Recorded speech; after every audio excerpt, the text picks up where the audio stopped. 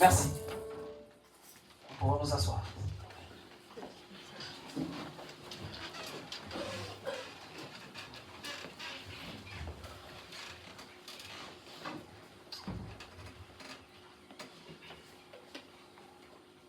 Nous voici en 2026.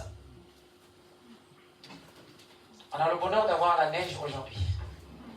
Et depuis hier soir. Nous avons le bonheur. Bon, après, ça empêchait d'autres personnes de prendre la route, ceux qui habitent loin, et ceux qui prennent les bus et tout ce qui est moyen de locomotion. C'est une grâce. Nous qui sommes ici, la parole de Dieu dit, tant qu'il y a deux personnes, tant qu'il y a deux, il est là. Amen. Donc Jésus est parmi nous. Amen. Nous qui sommes en présentiel et ceux qui sont en ligne, est-ce qu'on peut acclamer pour ceux qui sont en ligne aujourd'hui? On acclame pour ceux qui sont en ligne, pour ceux qui ont la bienvenue ici.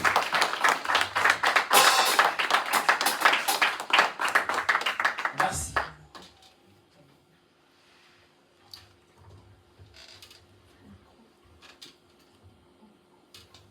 Prions le Seigneur.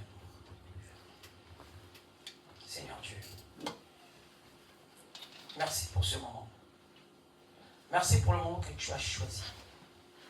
Merci pour cette année 2026. Nombreux n'ont pas vu cette année. Nombreux sont encore à l'hôpital. Nombreux ne sont plus avec nous. Nous qui sommes ici, Seigneur, nous qui sommes vivants. Nous te rendons grâce. Nous te disons merci, Seigneur, parce que vivre toute une année est un combat spirituel.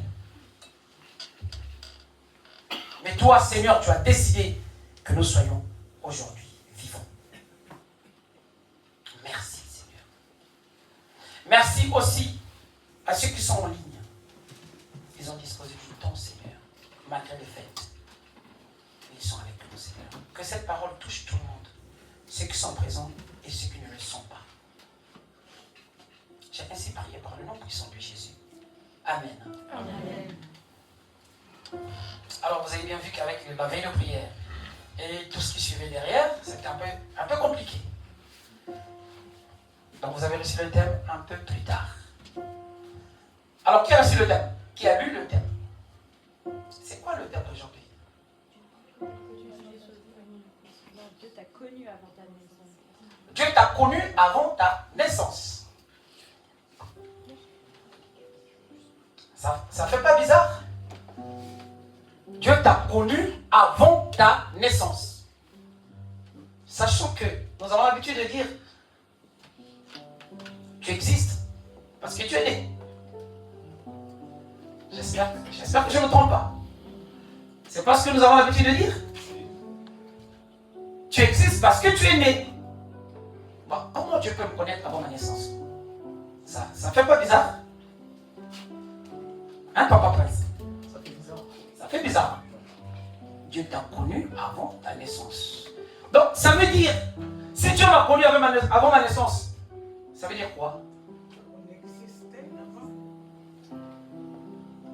Tu vois, ça c'est des sujets.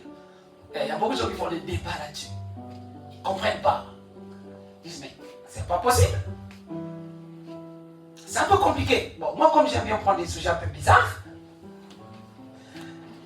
et le chrétien doit comprendre, doit connaître la parole de Dieu. Le chrétien doit savoir qui sommes-nous réellement. On ne va pas pour dire Amen, Amen. Oui, c'est vrai. Mais qui es-tu?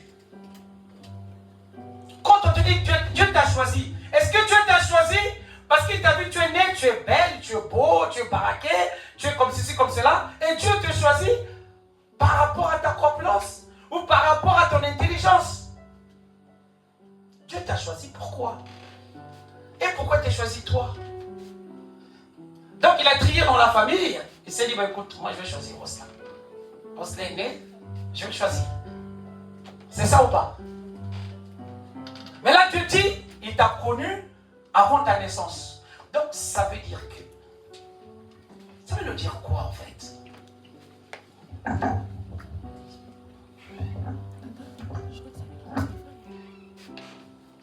On va essayer. Aujourd'hui, C'est une étude un peu compliquée.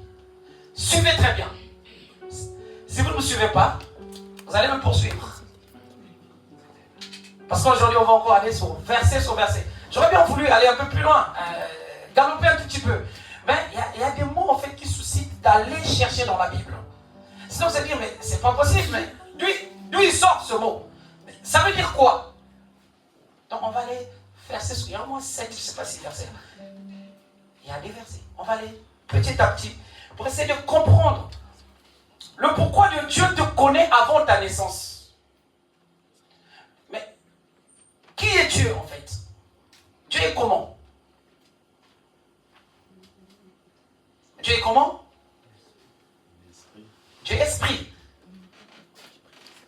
Dieu a créé l'homme avec quoi? Vous allez comprendre quelque chose. Dieu a créé l'homme avec quoi? L'homme. Adam, s'il vous plaît. Adam. Dieu a créé Adam avec quoi? La terre. Hein? La poussière de la terre. On est d'accord? Vous savez, il y a des sujets bibliques qui se correspondent avec la science. Tout ne se met pas en contradiction. Il y a plein de sujets bibliques qui se correspondent avec la science. Alors, ça me fait rire parce que je me rappelle très bien. C'est une question que mon fils m'avait posé la question en tout dernier. Il m'a dit, papa, pourquoi quand on transpire, quand on essuie le visage, il y a la saleté qui sort? Vous savez, c'est bizarre quand même. Hein? C'est bizarre comme question. Or, lui, il avait fait une expérience. Pendant les vacances, il n'est pas sorti. Parce que pour lui, quand tu es sale, en fait, c'est que tu es allé jouer. Lui n'est pas sorti pendant les vacances. Pendant au moins une semaine. Il n'était pas sorti. Il était à la maison, il jouait à la play et tout. Mais il a fait une expérience. Il dit, bon, moi je ne suis pas sorti. Qu'est-ce que je vais faire? Je vais aller jouer dehors. Je vais transpirer. Je vais être sur la terrasse. Je vais essayer de transpirer et regarder. Il a transpiré, il essuie, la saleté sort. Il me dit, mais d'où vient cette saleté? Vous savez, c'est curieux en fait. C'est ce jour que j'ai compris, en fait, l'homme ne vient que de la poussière. Je ne sais pas si vous comprenez. Même si tu fais un mois, tu es chez toi, dans un endroit propre, il n'y a pas de poussière. C'est pas ça. Tu te transpires, tu essuies. C'est pas ça que vous comprenez. Donc l'homme vient que de la poussière de la terre. Dieu a créé l'homme avec la poussière de la terre. Allons un peu dans le livre de Genèse.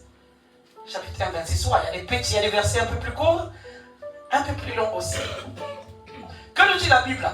Dans Genèse chapitre 1, verset 26. Genèse 1, verset 26. Lisons au nom de Dieu. Amen. Puis Dieu dit, faisons l'homme à notre image. Faisons l'homme à notre image. Selon notre ressemblance et qu'il domine sur les poissons de la mer, sur les oiseaux du ciel, sur le bétail, sur toute la terre et sur tous les reptiles qui rampent sur la terre. Amen. Amen. Alors, Dieu dit, faisons l'homme à notre image. Donc, l'homme que Dieu a créé est un homme spirituel. Vous êtes avec moi? Hein? L'homme que Dieu a créé est un esprit. Parce que Dieu est esprit. Dieu ne dira pas, faisons l'homme à notre image. Donc, si Dieu ressemble à un Chinois, bah, donc l'homme c'est un Chinois. Mais Dieu est un esprit. Voilà pourquoi l'esprit de Dieu est dans tous les humains. Même les bétails. Amen. Amen. Faisons l'homme à notre image et à notre ressemblance. Donc ton esprit ressemble à Dieu. C'est ce que Dieu a créé. Pas ta chair. Ta chair, il a pris de la poussière. Voilà pourquoi Dieu, même si tu te fais la plus belle du monde, Dieu ne te trouvera pas belle. Parce que Dieu voit ce qu'il a en toi. Ce qu'il a Amen. Amen. Voilà pourquoi je me demande pourquoi les gens se tuent. Pour plusieurs choses. Mais on ne va pas rentrer là-dedans. Donc 31 dit quoi? Au verset 31, Oui. Dieu vit tout ce qu'il avait fait et voici, cela était très bon. Ainsi, il y eut un soir et il y eut un matin. Ce fut le 6e jour. Ce fut le 6e jour. Dieu a vu que tout ce qu'il avait fait était bien. Tout ce que Dieu fait est bon. Ce fut quoi? Le 6e jour. Ce fut le 6e jour. Il y eut un matin et un soir. Oui.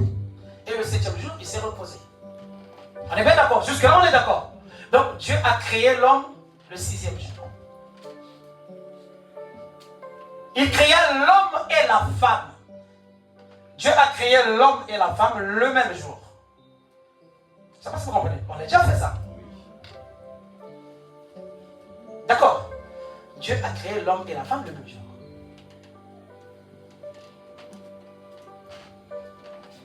Et Dieu fait. Il a fait l'homme et la femme, il créa maintenant l'homme avant et Ève après.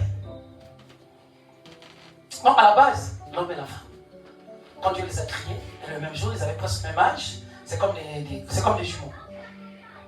C'est très bien, hein? Vous savez très bien que Dieu était obligé de faire dormir Adam pour lui faire une césarienne pour enlever Ève.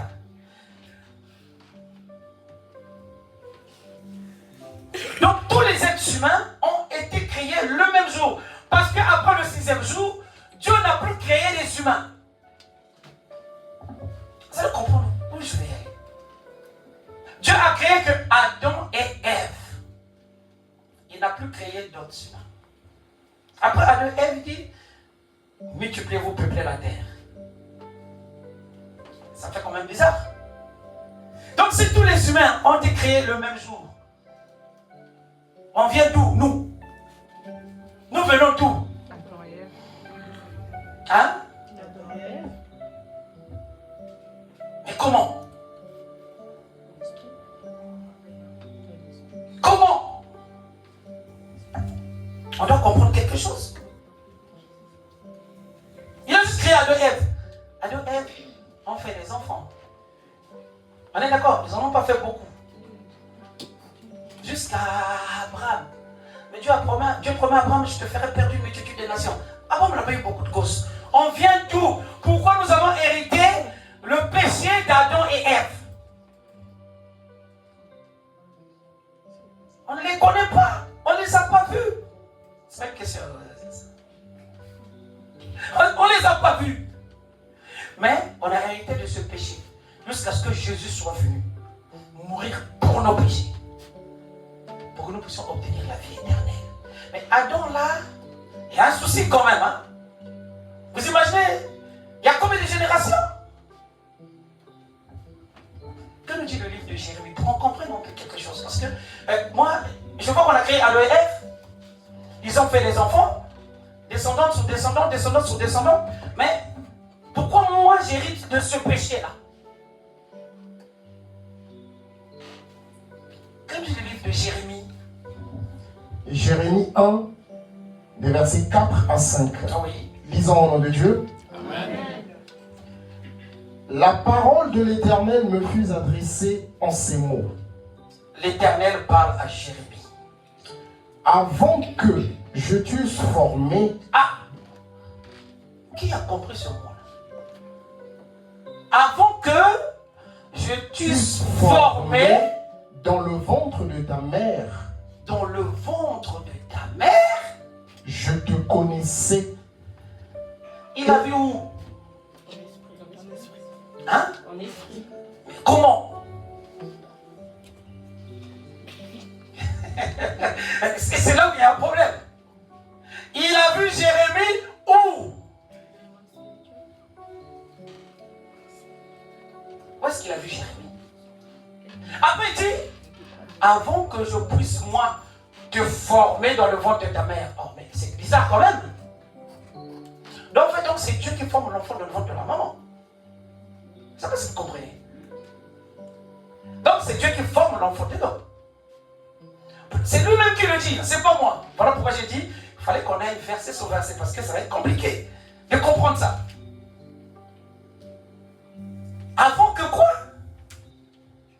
Avant que je t'eusse formé dans le ventre de ta mère, je te connaissais.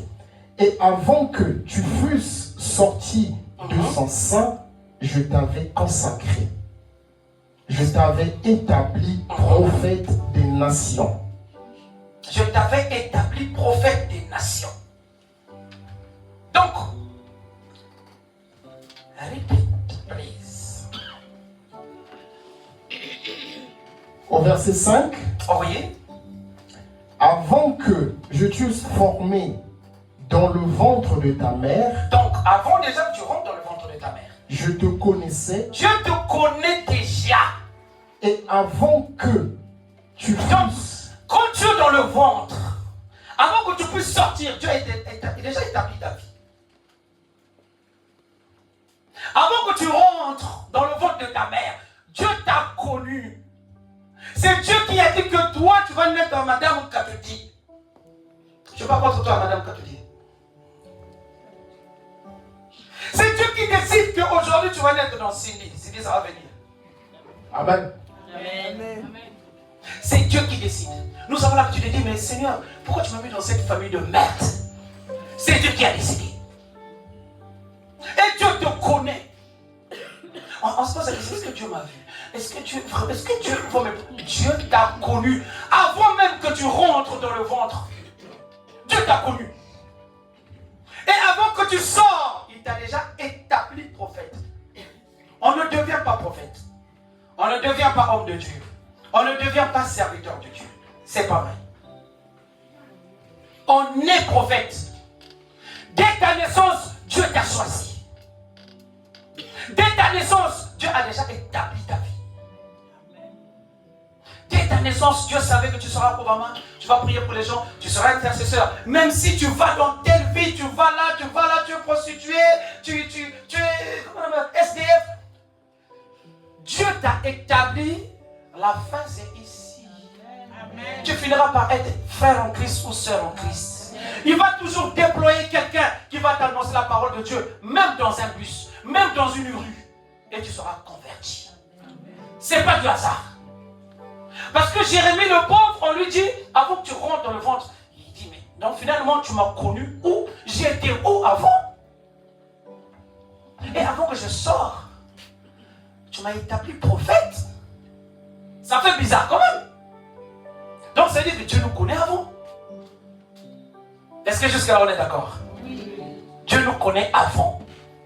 Voilà pourquoi dans le livre de Romains 6:9, il dit, car ceux qu'il a connus d'avance, il les a aussi prédestinés à être conformes à l'image de son Fils. Il nous a connus avant, il nous a prédestinés à être à l'image de son Fils. Prédestiné, ça veut dire quoi? Il y a un mot. Prédestiné, ça veut dire quoi? Hein? Avant la destinée. Donc avant, quand tu peux sortir du ventre de ta mère, Dieu avait déjà fait. Il avait déjà tout prévu pour toi. Parfois on se plaint pour rien. Lui qui n'était rien du tout, il est devenu président de la République. Non, ça c'est du hasard, ça. Non, non, non. Lui aussi est devenu président. Lui là. Non, non. Moi je vais aller là-bas. Qui va prier pour moi, prince? Moi, prince, ce que j'ai vu là, tu connais sa destinée. C'est pas ce que vous comprenez. Tu ne connais pas son destin. Mais Dieu t'a déjà choisi. Avant que tu puisses naître, avant que tu puisses venir au monde. Mais où étais-tu? C'est là où c'est un peu compliqué. Où étais-tu? Dieu a prévu quelque chose pour toi. Oui. Dieu, tu m'as connu. Oui. Voilà pourquoi David dit, quand je n'étais qu'une masse informe et vide. Lisons un peu dans le livre de Psaume 139:16. Que nous dit David? Parce que la parole de Dieu dit, au commencement Dieu a créé quoi? Je parle aux chrétiens. Au commencement Dieu a créé quoi? Le ciel et la terre. La terre était comment? informe et vide. Mais il les a créés comment en fait? Donc ça veut dire la terre, tout ce qui est informe et vide, tu ne le vois pas. Donc il y a une terre spirituelle que Dieu a créée. C'est pas ça que vous comprenez. Avant que ça puisse apparaître, Dieu a créé la terre que nous on ne voyait pas, informe et vide. Vous êtes avec moi? Que nous on ne voyait pas. David dit quoi dans le psaume 39, 16? Il dit quoi? Psaume 139, verset 16. Lisons au nom de Dieu. Amen. Quand je n'étais qu'une masse informe, tes yeux me voyaient. Et sur ton livre étaient tout inscrits les jours qui m'étaient destinés avant qu'aucun d'eux existât. Qui a compris cette Amen. parole? Qui a compris cette parole? Et maman, qu'est-ce que toi tu as compris? Dis-moi ce que toi tu as compris dans cette parole. Avant qu'on arrive sur terre, nos noms étaient déjà inscrits dans le livre de vie. Est-ce qu'elle pouvait donner un meilleur amen?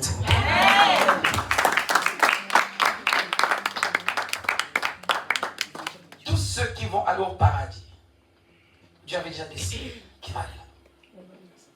Voilà pourquoi il y a des gens qui peuvent naître d'un féticheur, mais la personne va à l'église. Mais son père c'est un marabout. La personne va à l'église. Vous n'avez jamais remarqué ça?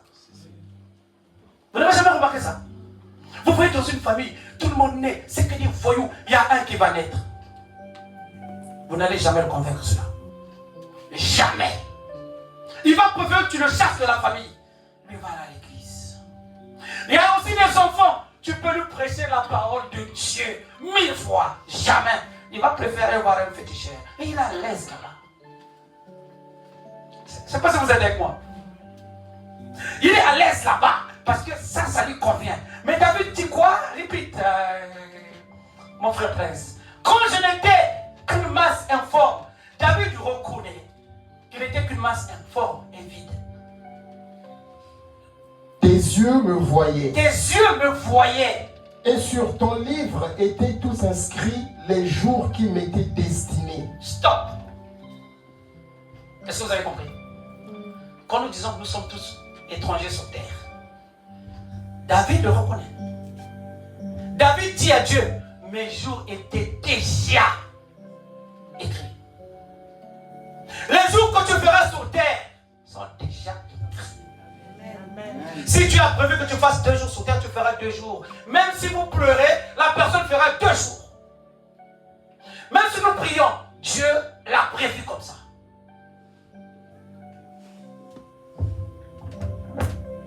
David le dit, repeat please my brother. Il dit quoi David? Ça va être de parler en anglais, vas-y. Quand je n'étais qu'une masse informe, Comme moi je n'étais pas connu, je n'étais pas humain, je ne sais pas où j'étais, mais toi Dieu, tes yeux me voyaient. et sur ton livre Et sur ton livre, étaient tous inscrits tout était inscrit. les jours Les jours. qui m'étaient destinés. Est-ce que là, est-ce qu'on comprend au moins? Est-ce que nous comprenons? Les jours qui m'étaient destinés, avant même que ça puisse exister, avant que tu viennes sur terre, Dieu a dit tu feras 33 ans. Jésus a fait 32 ans et demi. Bon, pour arrondir, il a fait 33 ans, point barre. Marie pouvait pleurer, Marie pouvait prier 10 000 fois, c'était prévu. Mais quand on vient sur terre, on est que des étrangers. Voilà pourquoi on nous dit, le royaume des cieux est proche. Répondez-vous. Vivez dans la joie.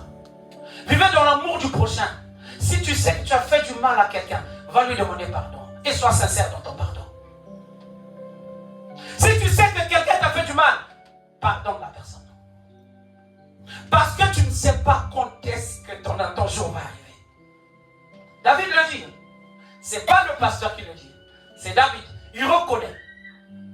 Donc, tu n'es pas encore né. Mais Dieu a dit, Ursule, je t'appelle Ursule, non, c'est ça. Ursule va vivre que, excuse-moi, je ne suis pas contre toi. Moi, je vais augmenter 150 ans pour que tu sois heureuse. Que Dieu puisse te donner ça par le nom puissant. 150 ans sur terre, tu dois voir tes petits-enfants, les enfants des enfants, les enfants des enfants des enfants, et les enfants des enfants des petits-enfants. Dieu l'avait déjà prévu. Amen. Mais s'il a prévu que tu meurs à 50 ans, il s'arrangera que tu meurs à 50 ans. Il est capable d'aller réveiller ta grand-mère qui est sorcière. Toi, ton rôle, c'est ça. Il faut le poursuivre. C'est bizarre, hein? Mais on doit le connaître. Alors, David dit quoi? Tout est écrit dans le livre. Oui. Quand je n'étais qu'une masse informe, tes yeux me voyaient. Et sur ton livre étaient tous inscrits les jours qui m'étaient destinés avant qu'aucun d'eux existât. Amen. Amen. Après Adam et Ève, Dieu n'a plus formé les hommes. Donc, il va mettre dans les reins de l'homme tous ceux qui sont destinés à vivre. Ça devient un peu bizarre. Vous devez me suivre, sinon vous allez être perdus. Donc, depuis le livre d'Adam, depuis la Genèse, tous les êtres créés sont sur terre. Tous les autres créés pour vivre sur terre, actuellement sont sur terre. Tous ceux qui sont créés pour vivre le lendemain sont dans les reins des hommes. Ça fait bizarre. C'est pas bizarre d'entendre ça. Et tous ceux qui sont morts sont dans le séjour des morts. Ça devient un peu compliqué. Hein? Là, ça devient compliqué. Vous allez comprendre le pourquoi. Alors, dans Genèse 4, 1 nous dit quoi? Adam. Genèse 4, verset 1. Ouais, nous dit quoi? Adam connut Ève, Adam connut Ève, sa femme. sa femme. Elle conçut et enfanta Caïn. Suivez bien, elle conçut Et enfanta elle Caïn. enfanta Caïn. Mais elle va dire un mot. Et elle dit, Et elle dit quoi? j'ai formé un homme. Attends, qu'est-ce qui se passe? J'ai formé un J'ai homme formé un homme avec l'aide de Dieu. avec. L'aide de Dieu. Pour Jérémie, Dieu lui avait dit quoi? Pour Jérémie, Dieu lui a dit quoi? Avant que je puisse te former dans le ventre de ta mère. Là, Ève dit quoi? J'ai formé Un homme un homme avec l'aide de Dieu. Elle n'est pas gentille. Ah, mais était où alors? Non, mais vous allez comprendre quelque chose. Adam était où? Ce que vous devez comprendre, l'homme a la semence en lui. Dieu a mis la semence dans l'homme. La femme a la matrice, l'appareil pour former. Et cet appareil qui sert à former doit donner sa dîme à la terre pour que ça fonctionne. Je ne sais pas si vous comprenez, c'est trop spirituel ce que je dis, mais vous allez comprendre. Cet appareil qui forme les enfants, l'homme pose sa semence et l'appareil en question fonctionne.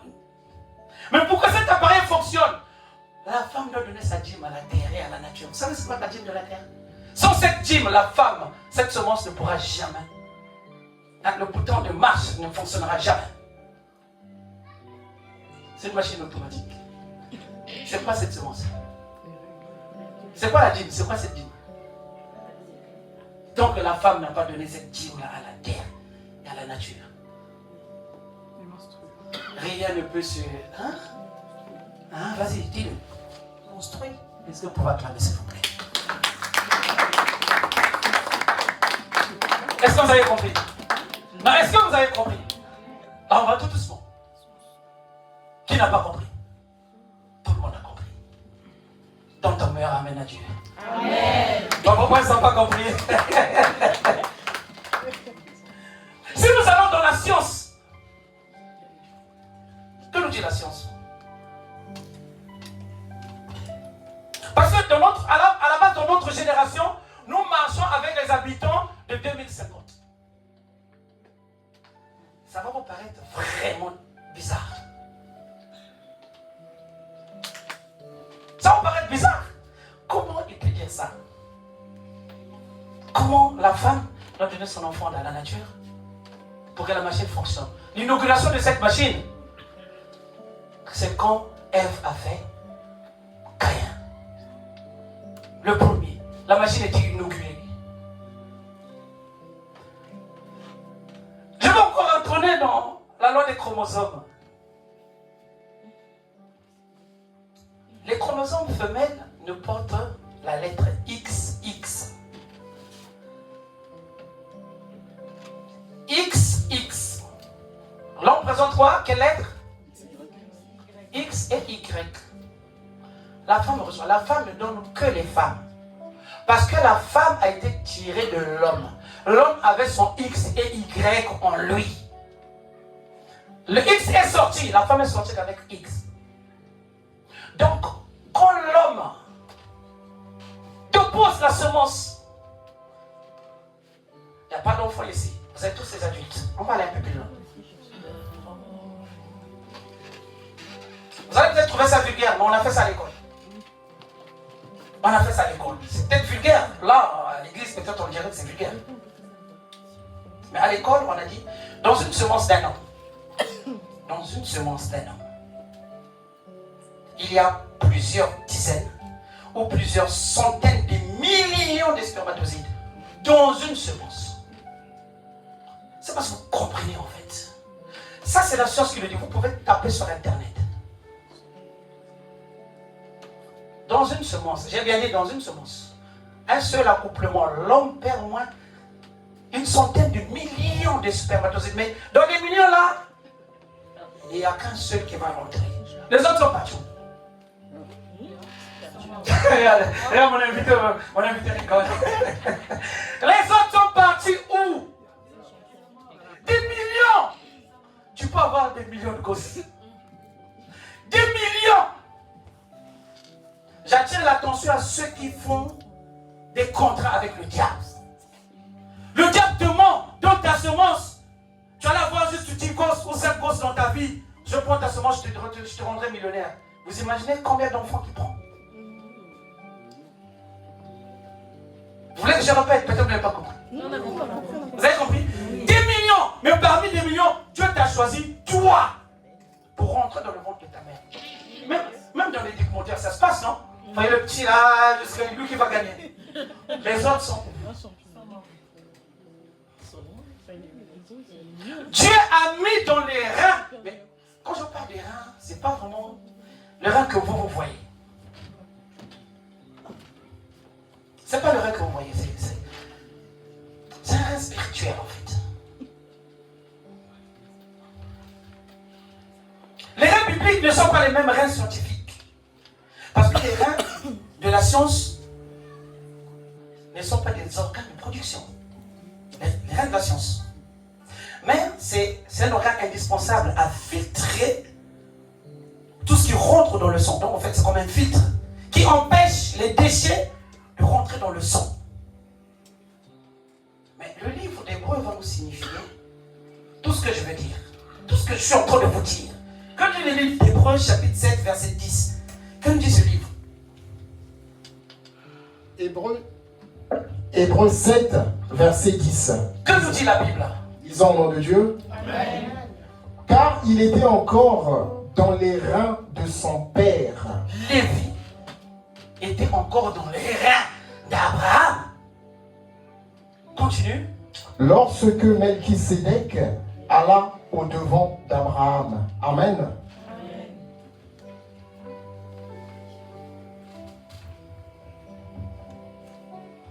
Il était encore dans les reins d'Abraham.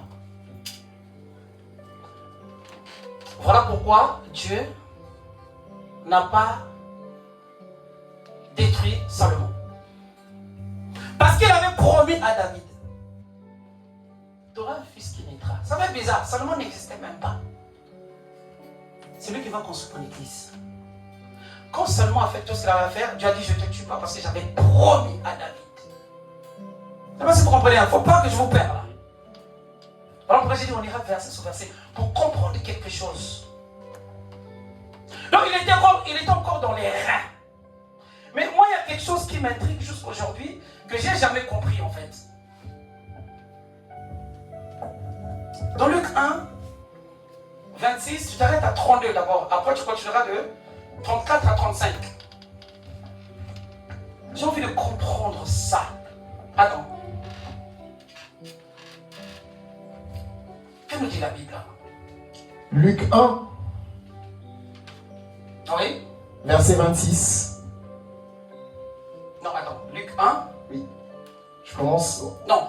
Commence par Luc 1, de 1 à 3. Luc 1, de 1 à 3. Après, tu reviendras. Plusieurs ayant entrepris de composer un récit. Non, excuse-moi, c'est Matthieu 1. Matthieu. Désolé. Matthieu 1 et 1. Je suis allé trop vite.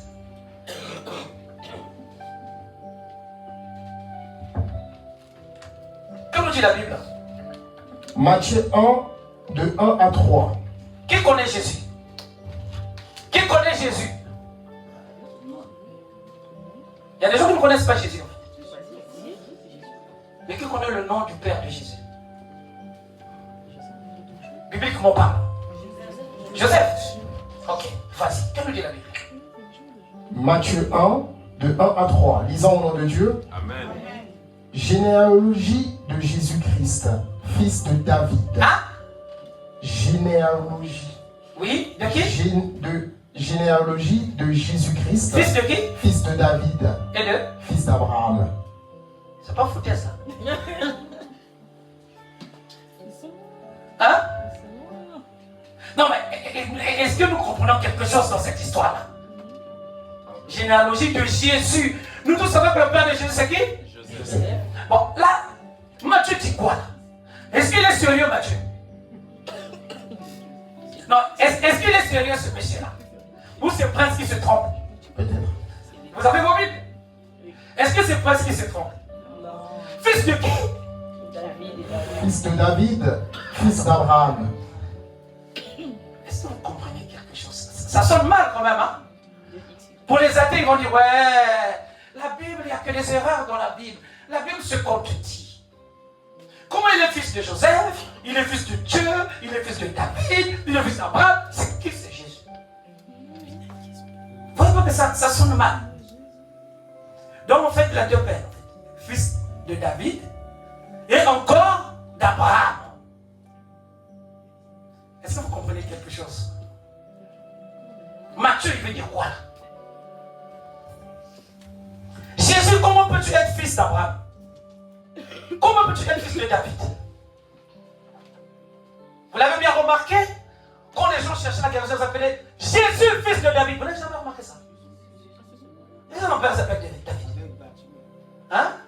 Avec l'histoire de l'aveugle Bartimée. Pareil. Jésus, fils de David. Mais son père ne s'appelait pas David. Donc, qu'est-ce que lui il a à voir avec le roi David? Hein? Sachant qu'il y a 28 générations de David à Jésus. D'Abraham, David, 14 générations. David, Babylone, 14 générations. Babylone à Jésus, 14 générations.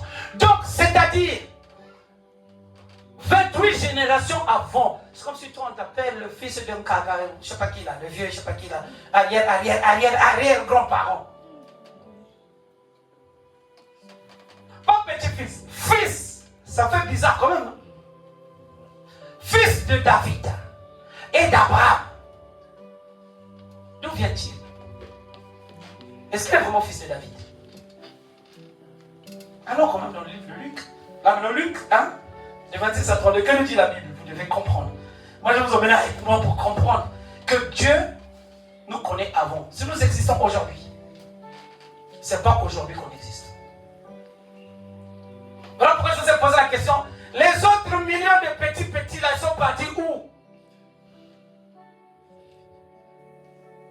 Deuxième fois, tu vas encore, tu t'accouples encore avec ta femme. Les autres millions s'en vont à côté. Il y a un seul qui rentre.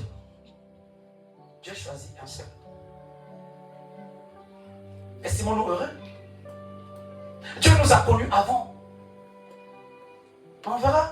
On a bien dit que Lévi était dans les reins d'Abraham. quand il est parti vers Melchisedec pour donner sa dîme. Il était dans les reins d'Abraham. Vous allez comprendre que Jésus était dans les reins d'Abraham. Il était dans les reins de David. Voilà pourquoi on l'appelle fils de David. D'où vient-il? Que nous dit le livre de Luc? Et j'aime bien ça. Luc 1, de 26 à 35. Oui. Au 6e mois, Au 6e mois, comme au 6e jour que Dieu a créé l'homme et la femme, au 6e mois, l'ange Gabriel fut envoyé par Dieu dans une ville de Galilée appelée Nazareth. dans une ville de Galilée appelée Nazareth, toujours Gabriel, il est gentil. Il obéit toujours à Dieu. C'est lui qu'on envoie. Auprès d'une vierge fiancée à un homme de la maison de David. Hein? Est-ce que vous avez compris? Non, est-ce que vous avez quand même compris? Auprès d'un homme fiancé de la maison de David. Là, vous comprenez? Vous n'avez pas encore bien compris. Continue. Vas-y. Nommé Joseph. Nommé Joseph. Le nom de la vierge était Marie. L'ange entra chez elle Oui. et dit: J'aime bien cette histoire. Je te salue, Je te salue. toi à qui une grâce a été faite. Le Seigneur est avec toi. Le Seigneur est avec toi. Troublée par cette parole, Oui. Marie se demandait ce que pouvait signifier une telle salutation. Une seule salutation. Tu me salues aussi. Un ange qui vient me saluer. Je te salue toi. Ça signifie quoi cette salutation? Qu'est-ce que tu veux me dire? Quel honneur! Je ne suis qu'une vierge, je suis jeune. Un ange de Dieu vient m'apparaître. Il me salue avec tout respect. Qui suis-je? Je ne sais pas si vous comprenez. Qui suis-je? Pourquoi aujourd'hui qu'on me salue avec autant de respect? Continue. L'ange lui dit: L'ange lui dit: ne crains point, ne crains point, Marie, car Marie. tu as trouvé grâce devant Dieu. Tu as trouvé grâce devant Dieu. Et voici, Et voici, tu deviendras enceinte tu deviendras enceinte. et tu enfanteras un fils Tu enfanteras un fils. et tu lui donneras le nom de Jésus. Tu lui donneras le nom de Jésus. Là, t'as combien hein? 32? 32. Va de 34 à 35. Marie dit à l'ange: Marie dit à l'ange: comment cela se fera-t-il? mais comment cela se fera-t-il? Moi, je ne connais pas les hommes. Toi, tu veux me parler d'un bébé. J'ai mon fiancé. Il ne faut pas chercher des problèmes avec les gens. Parce que là, on va me lapider. Je ne sais pas si vous comprenez. Vous comprenez le raisonnement de Marie. Cherche pas les problèmes. On va me lapider. Je ne connais pas les hommes. Donc, qu'est-ce que tu veux dire par là? Qu'est-ce que tu veux dire par là? Tu veux que j'ai des problèmes? Comment moi, je peux porter un enfant? Continue. Puisque je ne connais point d'homme, Je ne connais point d'homme. l'ange lui répondit: L'ange lui répondit: le Saint-Esprit viendra sur toi non, le Saint-Esprit viendra sur toi.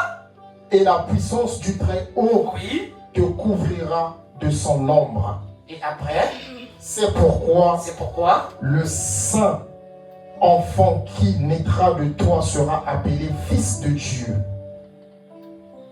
personne n'a dit Amen. Ton Amen n'est pas scellé. On entend te parler de Jésus, qui est mon employeur, qui est mon maître. Et ton Amen n'est pas scellé. Amen. T'as pas souhaité quelque chose? Non. Le 32, il a dit quoi? Il Le sera 32. grand. Voilà, ça c'est le 32, je l'avais sauté. Je suis passé directement de 34 à 35. Ah non, je t'avais dit de 26 à 32. Répète, please. C'est parce que tu as sauté quelque chose là. Il sera grand. Il Au sera verset grand. 32, et sera appelé Fils du Très-Haut. Il sera appelé Fils du Très-Haut. Et le Seigneur Dieu lui donnera Le trône de qui? le trône de David, son père. Hein? Le trône de David, son Si père. Marie n'était pas sage, Marie a dit non, c'est David qui va nous foutre. C'est pas si vous comprenez. Hein? Marie aurait dit non, finalement, c'est David qui va nous mettre enceinte. Parce que tu dis, on va lui donner le trône de son père qui? David. Le trône de David, son père. Je ne sais pas si vous comprenez vraiment l'histoire, cette histoire-là.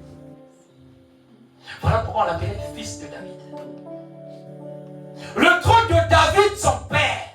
Moi, je suis vierge, je ne connais pas les hommes, donc moi, j'irai voir mon copain, mon fiancé, je dis, on m'a dit, le Saint-Esprit souviendra sur toi, et là, on est en train de parler, là, je suis enceinte. Soyons sérieux. Soyons sérieux. Soyons sérieux. Tu as ta copine? Hein? Tu as ta copine? Vous faites très bien. Tu sais qu'elle est vierge. Fiancée bien, tu attends le moment opportun. Elle vient te voir. Soyons sérieux. Moi-même y compris. Mais non. Elle vient te voir. Chérie, tu sais que je t'aime beaucoup et tout. Ok, d'accord. Là, on parle, je suis enceinte. Je suis en sérieux. Tu auras quoi comme réaction? Je vais demander à mon invité. Tu auras quoi comme réaction? Non, là, c'est mauvais. Est-ce qu'on parle comme il est sérieux? Il a dit la vérité. Papa Prince, quand tu pars en déplacement, oui, moi, tu reviens. Tu fais un an, hein? Un an, on t'envoie au boulot, un an bien tranquille. Tu reviens, Carence te dit, je suis enceinte de 1 mois. Tu auras quoi comme réaction? Ah, c'est une hécatombe. Hein. S'il te dit non, mais c'est le Saint-Esprit qui est venu sur moi, tu diras oui. Honnêtement. Ah, c'est compliqué. Qu'est-ce qu'on va là, s'il vous plaît? Le Saint-Esprit est venu sur moi. Il m'a dit, tu portes un bébé. Faux Alain. Non, ça va être compliqué. On va aller jusqu'au Vatican. Pour comprendre, est-ce que même le pape peut comprendre ça? Vrai ou faux? Soyons sérieux. Lui sur la Bible, ouais, oui, Marie, on lui avait dit, oui, mets-toi à la place de Joseph. Elle vient te voir, comme ça, je suis enceinte. La première réaction, tu vas non. Non, tu m'avais seulement menti. On va aller à l'hôpital pour voir si tu es toujours vierge. Parce que là, c'est compliqué en fait. Vrai ou faux? Le Saint-Esprit souviendra sur toi. Bon, connaissons-nous les hommes, on va dire, donc finalement Dieu, toutes les femmes qu'il a vues, c'est seulement ma copine. Vrai ou faux? Vrai ou faux? Il y a des belles femmes ici, dont lui il a trouvé que ma copine. C'est pas vrai? Mais il faut savoir, on va chercher à savoir, ça vient d'où ça? Pourquoi Dieu n'a choisi que Marie? Est-ce qu'elle était la plus belle? Et pourquoi elle? Allons dans le livre d'Ésaïe. Que nous dit le livre d'Ésaïe? Ésaïe 7, de 13 à 14, on dit quoi? Ésaïe 7, de 13 à 14. Oui. Disons au nom de Dieu. Amen. Ésaïe dit alors, écoutez donc, maison de David,